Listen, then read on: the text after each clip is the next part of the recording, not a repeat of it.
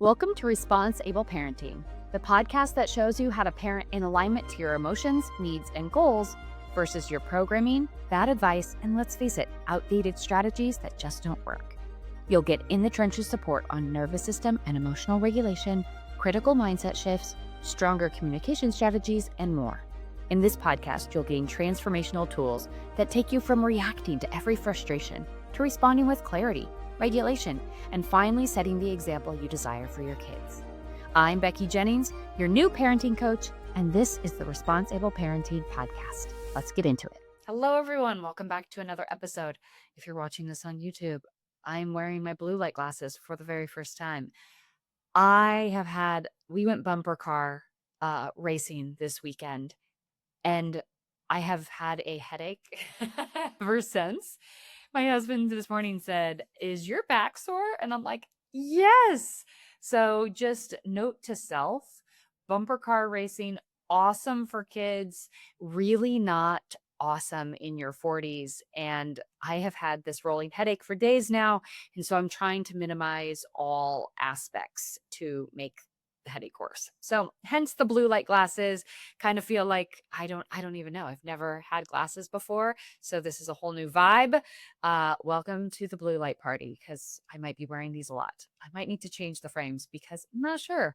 I just picked up a cheapo pair and I'm not sure if the pink rim is where it's at, but we're going with it today. All right, let's get into a summer story because I feel like this was a pivotal moment in self-trust and also a really concrete moment for me to solidify the routine that my son and I are working so hard on. And it's a very easy one to break. It's a very easy pattern to fall back into. It's deeply triggering for both of us. And so it's really reactive. It's extremely reactive.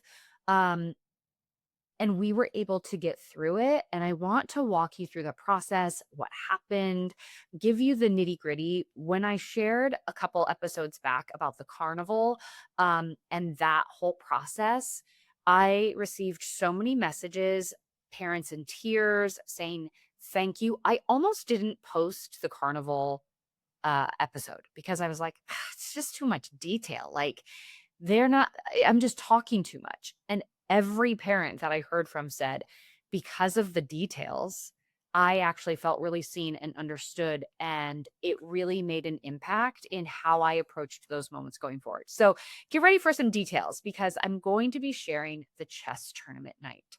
The chess tournament night that didn't go so well. I'm going to share from his perspective, from my perspective, what I did, and ultimately how I helped him through this moment. So my son, he's ADHD. He has 9 years old. He's 9 years old. And we had been living at my in-laws' house for several weeks. We typically go there and spend the summer for about 6 weeks. I don't know if we will be doing that again. It was just a long, long time. And, a lot of the things that I work on in the home aren't necessarily functioning and functional, I guess you could say, in somebody else's home. So their grandparents really like dinner around the table. Grandparents really like a long dinner.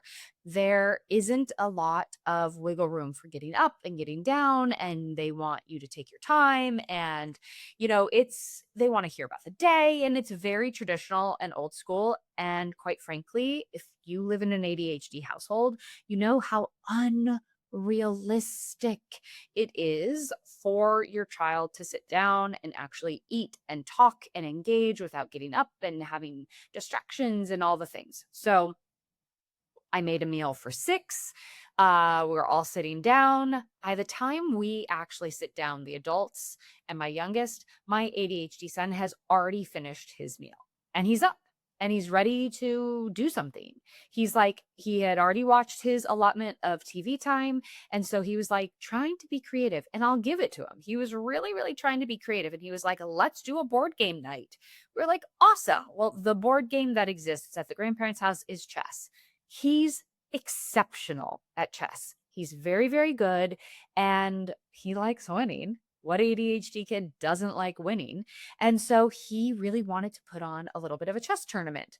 I'm all on board. However, the timing wasn't correct because we were just sitting down at the table. The only table that would be accessible to do said tournament is being used for dinner.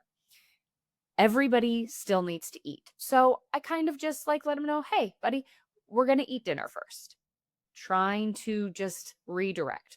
And he was like, okay, well, then I'll make the tournament board. Okay. Well, that means getting out a big piece of construction paper or butcher paper, using markers. He wanted to use a Sharpie, and we had to kind of put that on pause for a second. We're like, hey, if you use this marker, it's going to bleed into the dinner table, right? Not my house. And so we, reminded him that's going to soak through. And he was like, I don't know what to do. Like you could see him starting to unravel. You could just see it's like, okay, I've been told to sit down. I can't sit down. It's really hard for me to sit down. So you can see that agitation starting to build. Then we're also trying to be polite, and we're trying to respect the rules inside of the grandparents' home.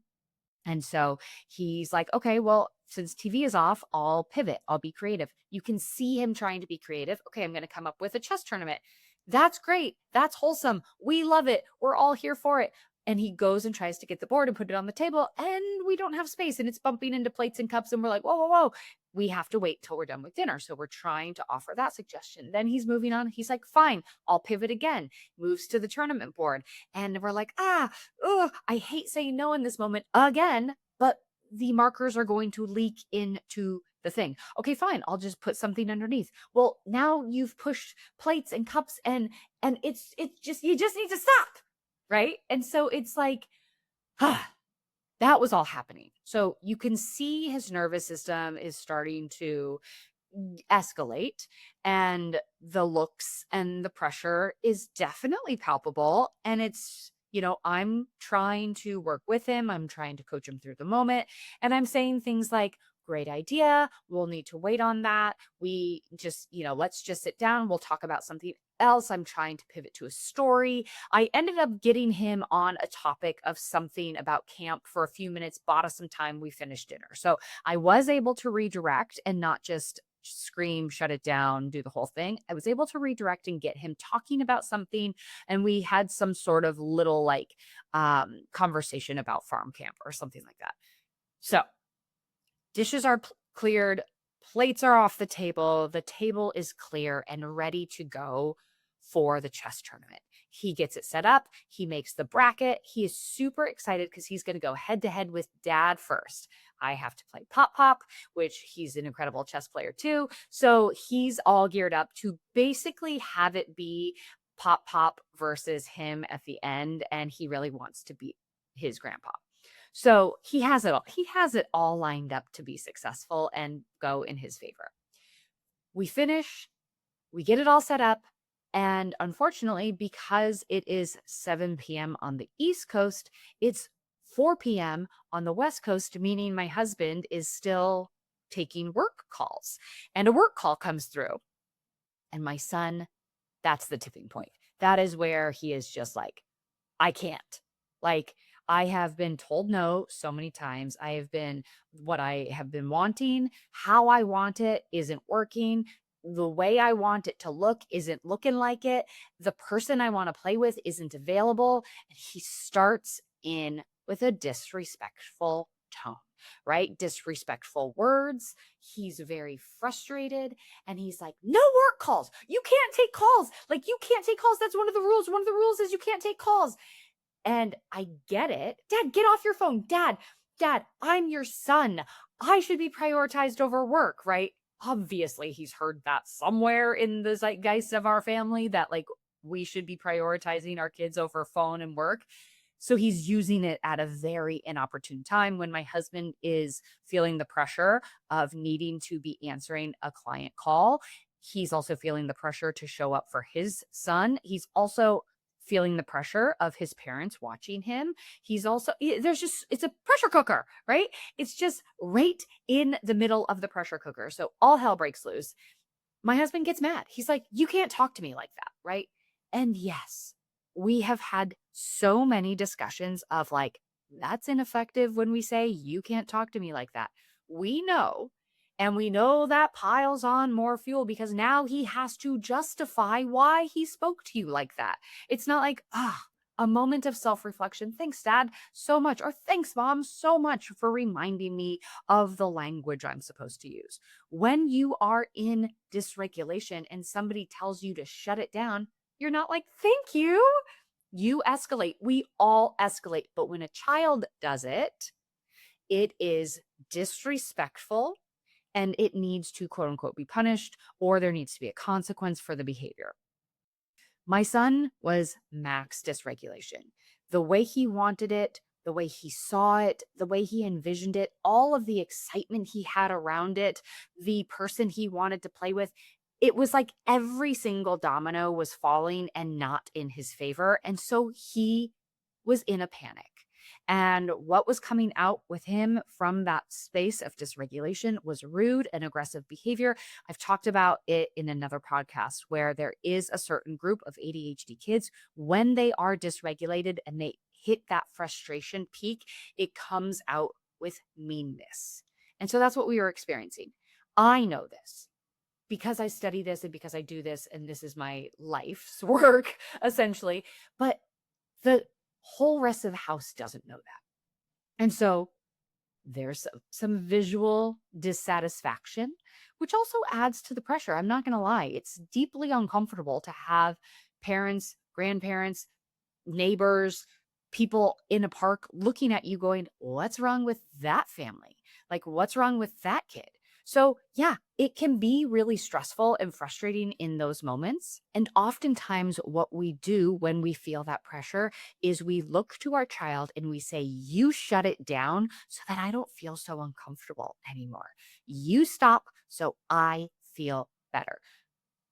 I know that that is an easy grab, but I also know it doesn't teach him any skills. And I also know it doesn't change the next moment where this can happen again, where exactly what he wants, how he wants it, with whom he wants to do it with isn't available and it's not going his way. What I want to teach is frustration tolerance. What I want to teach is I feel so frustrated right now. I feel deeply uncomfortable. I feel let down. I feel chaotic. And instead of screaming at my parents and embarrassing myself in public, I have tools. So what did I do? I took him outside. I said, let's go. We're going to head outside, you and me. We went downstairs. It was an upside down house. So we went downstairs and out the front door. Was he like, thanks, Mom? Absolutely not. He was like, don't touch me. I don't want to go outside. I'm not going outside. And I'm moving him along. I'm like, we are going outside.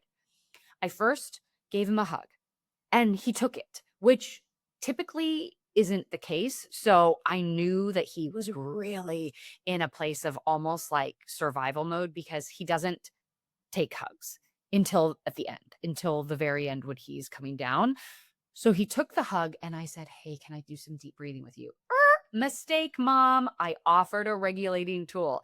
Don't touch me. I don't want to breathe. Right. And I was like, okay.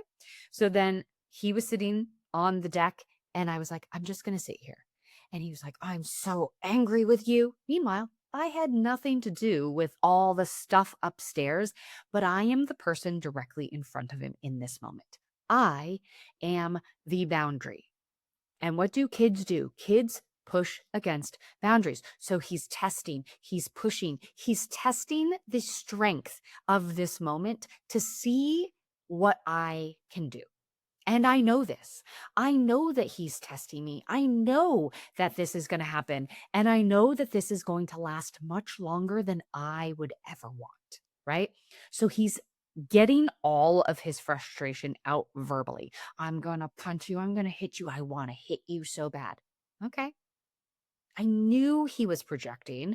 I knew he couldn't regulate. But this moment is a moment, and I am so guilty of this. So please don't take this as any shade coming your way because I am not perfect and I do not have a glass house on this. This is the moment where we want to shut it down. You are not allowed to talk to me like that. Don't you dare ever threaten me, right? That's what it feels like because we're like, we future trip as the parent that If they say that they're going to punch me, well, they are going to punch somebody else. They are going to inflict pain. And oh my gosh, then they're going to go to jail. Then they won't be able to get a job. We go so far down in the future that we become ineffective in the moment. My advice in that moment is to hear it as a panicked child who is saying anything and everything for you to join them in the chaos so they are not alone in it. Let me say that again. You have a dysregulated child on your hand who doesn't have coping strategies to deal with the actual physical pain that they are experiencing in their body, right? Rejection sensitivity dysphoria, if that is something that your child is dealing with, when they feel like their ideas, their person has been rejected, it feels physically painful in their body. That is something that we might not recognize as a neurotypical parent, if that is in fact your predisposition. So we don't understand it. It looks like defiance and disrespect, but they are actually dealing with an intolerable amount of pain in their body. So when they lash out, it's not that it's an acceptable behavior. That's not what I'm saying whatsoever. But the lens in which we view it through is how we then come back in that moment, how we hold the moment, how we contain the moment, or how we fuel the conflict even more. So if I had said, you're not allowed to speak to me like that, he's going to feel I have to justify why I spoke to her like that. And back and forth and back and forth we go until I use my bigness and my authority to fully shut it down, whether that's a punishment, a consequence, a physical retaliation, that he then says, well, I guess I have to stop. Did I teach him anything in that moment if that's the path that I went? No. Does he learn that, violence in terms of language or physicality meets violence back? Yes. And we are teaching through the modeling of our own reactivity how to handle frustrating moments. Knowing that doesn't make it any easier to get through those moments. And I need to name that because it does not make it easier to hear the things coming at you and not take the bait. But the bait is being thrown at you so that you join them in the dysregulation so they are no longer alone and it's not on them. They're not bad. They're not the bad kid who just messed up again. They're not an idiot. They don't always screw up. They're not the black sheep. All of the internal narrative that is flooding their system and fueling their reactivity even more. If you join them, they're like, oh, thank God I'm not alone. On the surface, you're fighting, but underneath, you are fueling that activation that their brain is craving, and you're in it with them. And you're having a temper tantrum in tandem with them. And a dysregulated nervous system cannot even begin to regulate another dysregulated nervous system. It is now scientifically proven beyond a shadow of a doubt that our children need our nervous system in order to regulate their own. We have to gift them our nervous system. And so it is mission critical that we learn what to do when we head into these moments, because if we don't, then of course we're going to follow our default path. Of course we're going to scream back, because what's happening is our nervous system is telling us, hey, this isn't just uncomfortable. You're actually in danger. Your child just said he's going to punch you. That's a real credible threat. And sometimes they do. Credible threat. And so your nervous is saying, protect yourself from the perpetrator in front of you at all means necessary. And anything that you have done in the past that has successfully kept you alive, that your nervous system doesn't care whether or not your relationship suffered. All your nervous system cares is if you're alive. And so it's going to continue the same strategy. It's going to pull that same strategy out in the moment again, because it said, I kept you alive the last time that this happened. Yay me, do this again. And round and round and round and round we go. If you're a parent to an ADHD child, you know what your day looks like. You're correcting from the moment they wake up. Get dressed, eat your breakfast, stop hitting your brother. Oh my goodness, put your shoes on. I literally just said, put your shoes on. And you're patient, you really, really are, until you hit that tipping point where you've said the same thing 40 times and something snaps. You yell, they react, You see their face and the guilt is immediate. You are not a bad parent. You are simply a parent who needs a better system.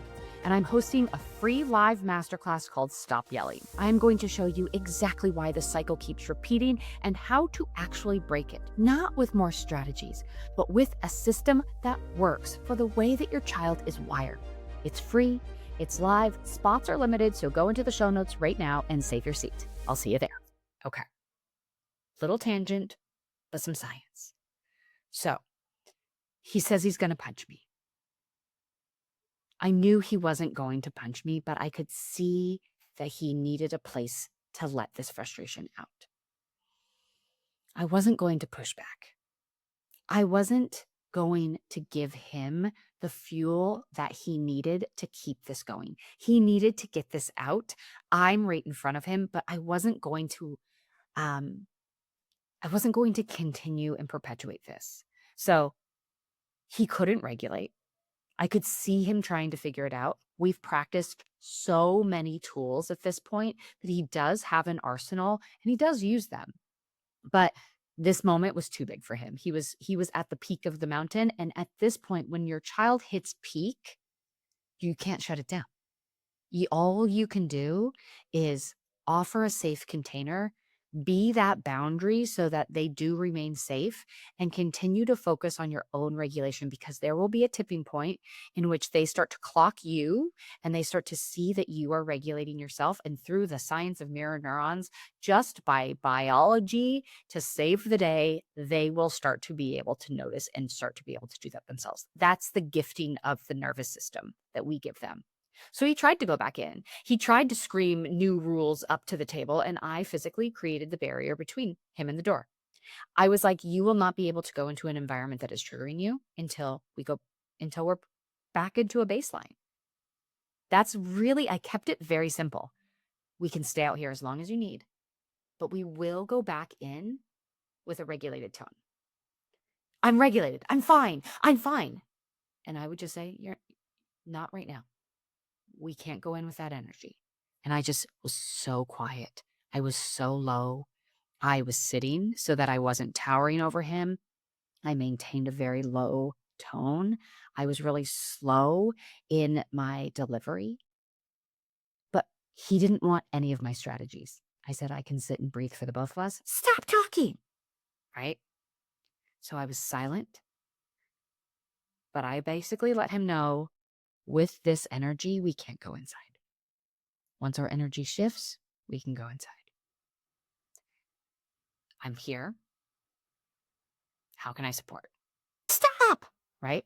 So I just sat there in silence, and I just continued to focus on my breath.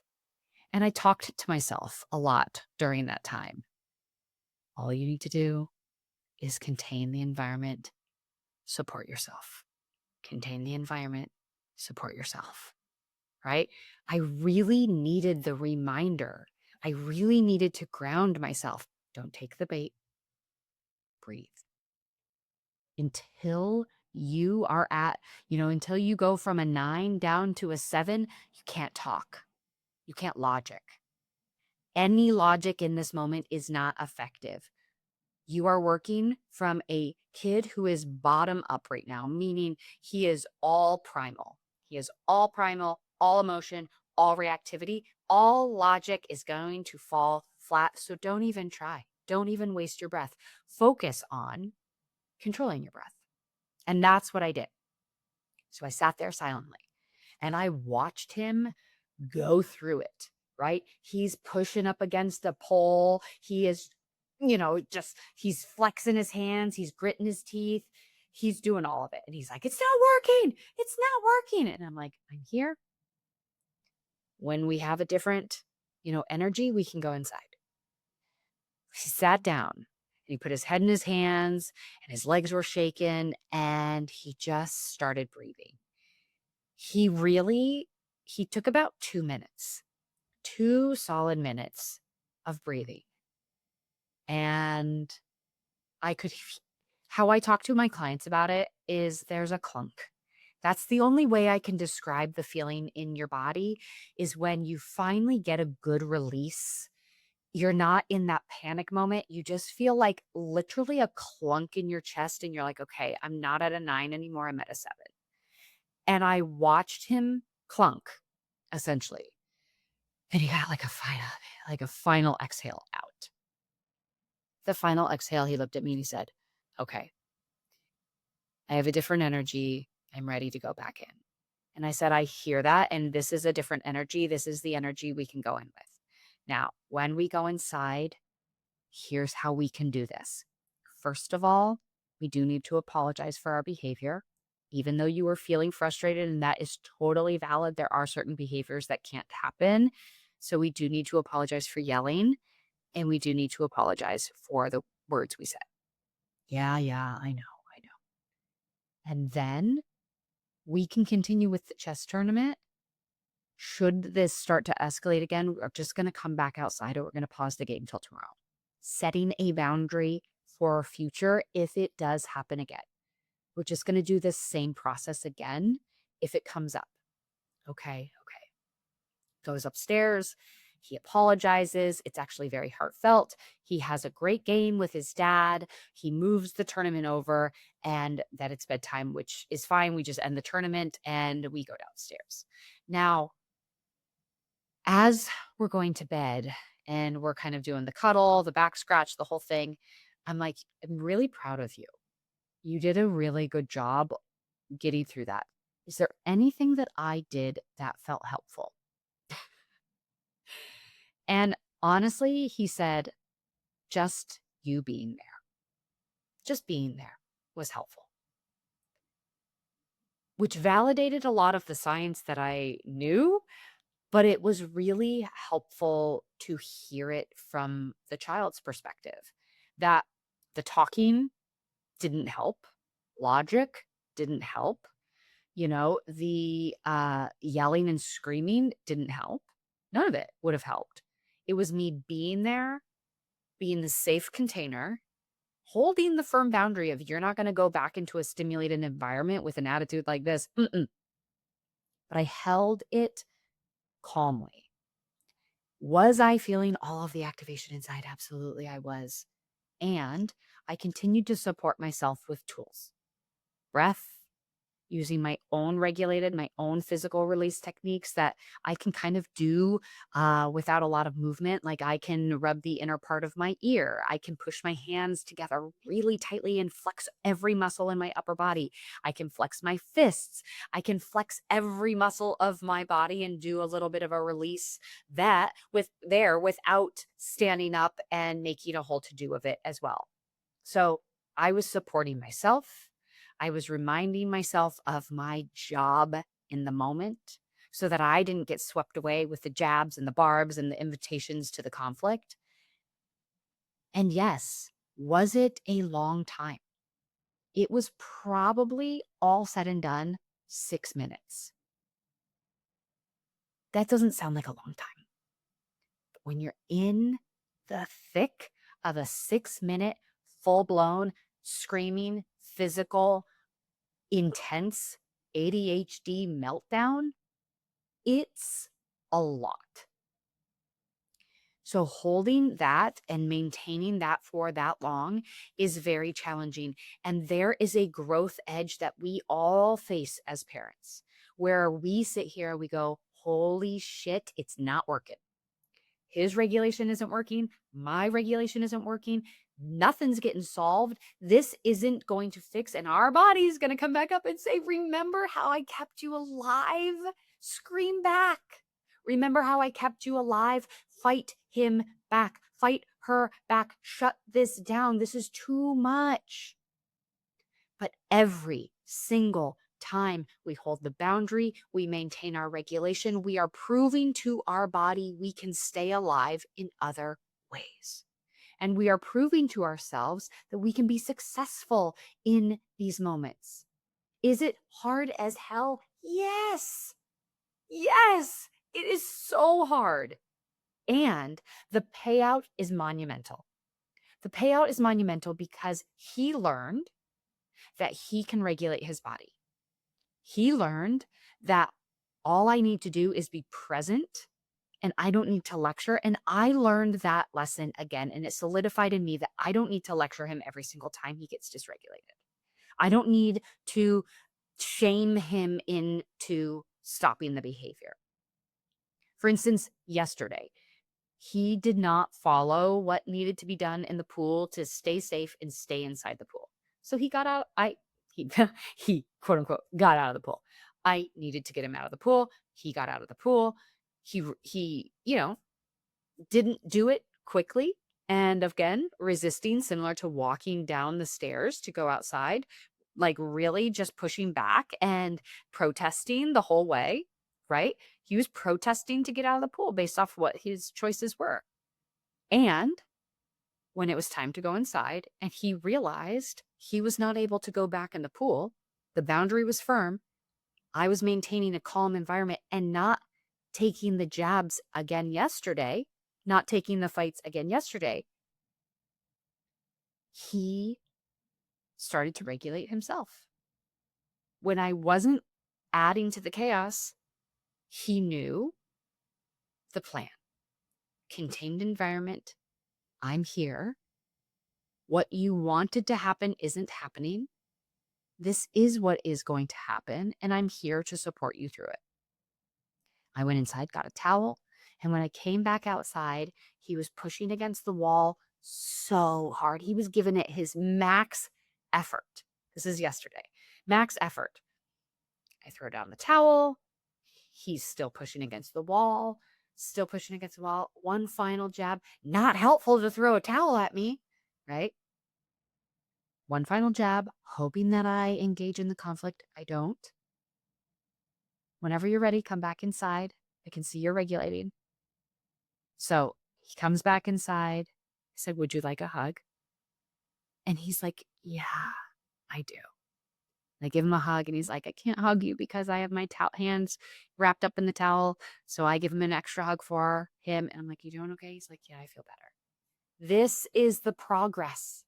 This is the progress. That interaction in the pool lasted maybe a minute. This is how we start to track the data. 6 minutes, give or take, back this summer, 1 minute in this moment. Making progress. Is the pattern still there? Yes.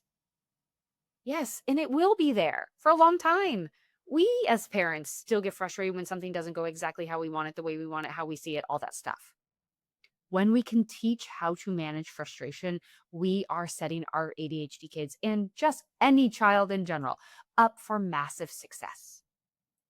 So I'm actually teaching how to do this in an upcoming masterclass this week.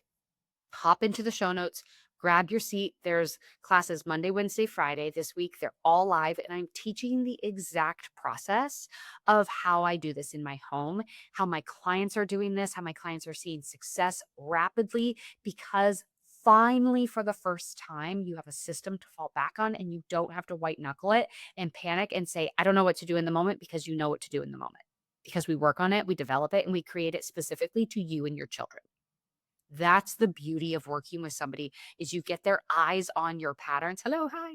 I get my eyes on your pattern. I read them, I analyze them, and I get you a game plan as to how to do it, because you need to know what to do in the moment.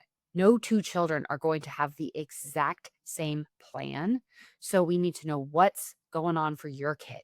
What's the pattern that you typically fall in? What's your reaction? What's their reaction? When I know this information, I can really be specific and help you through those moments so that they are different, so they feel different.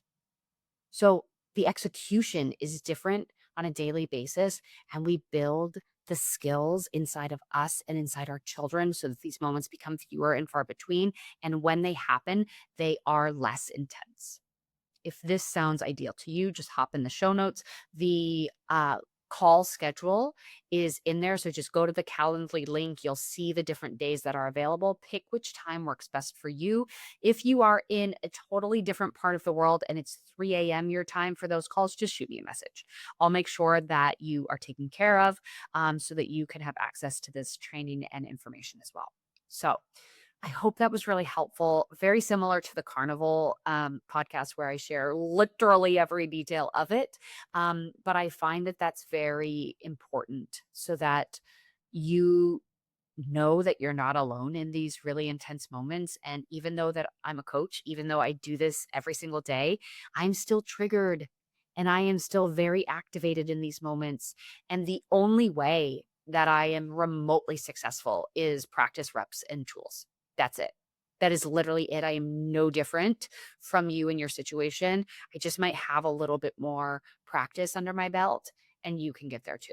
So come join me on the masterclass. I would love to see you. I would love to get to know you. And I look forward to seeing you there. All right, everybody, have a great rest of your week. Thank you for listening to the Response-Able Parenting Podcast. If you like what you heard, please take a moment to rate, review, and subscribe. If you know someone who would benefit from this podcast, I'd be honored if you'd share this episode with them.